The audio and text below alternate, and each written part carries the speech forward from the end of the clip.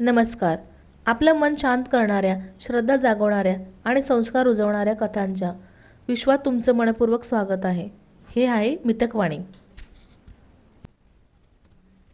प्राचीन काळी एका सुंदर आणि समृद्ध राज्यात धर्मशील नावाचा राजा राज्य करत होता. राजा अत्यंत न्यायप्रिय, दयाळू आणि प्रजापालक होता.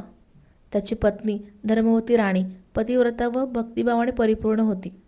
दोघेही सर्व सुखसंपन्न असूनही एक मोठ्या दुःखाने त्रस्त होते. त्यांना अपत्य नव्हते. राजा राणीने अनेक यज्ञ, दानधर्म, व्रते केली, पण तरीही त्यांच्या पदरात मूल पडत नव्हते. यामुळे राणी मनोमन फार दुःखी असे. एके दिवशी राणीने आपल्या मनात दृढ निश्चय केला की ती गणपती बाप्पांची उपासना मनोभावे करेल. एका ज्ञानी ब्राह्मणाने राणीला सांगितले, हे राणी, तू जर संकष्टी चतुर्थीचे व्रत श्रद्धेने करशील, चंद्रदर्शन करून कथा ऐकशील, तर गणपती बाप्पा नक्कीच तुझ्या संकटांचा नाश करतील. राणीने त्या दिवसापासून संकष्टी चतुर्थीचे व्रत सुरू केले.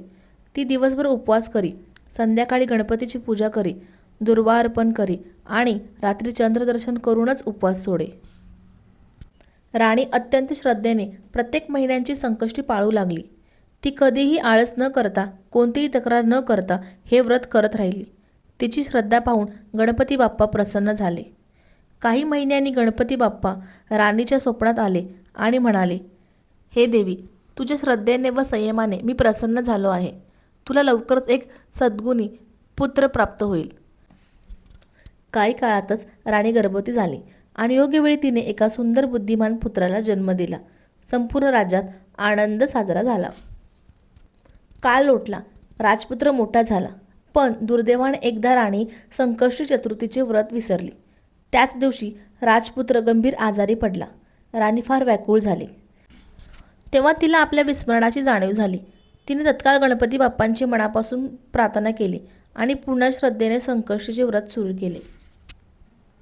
गणपती बाप्पांच्या कृपेने राजपुत्र हळूहळू बरा झाला. राणीला उमगले की संकष्टी चतुर्थी हे केवळ व्रत नसून श्रद्धा, संयम आणि विश्वासाचे प्रतीक आहे. त्या दिवसापासून राजा, राणी आणि संपूर्ण राज्यातील लोक संकष्टी चतुर्थीचे व्रत श्रद्धेने पाळू लागले. त्यांच्या जीवनातील संकटे दूर झाली आणि सुख समृद्धी नांदू लागली. श्रद्धा आणि संयमाने केलेली भक्ती नक्की फळ देते.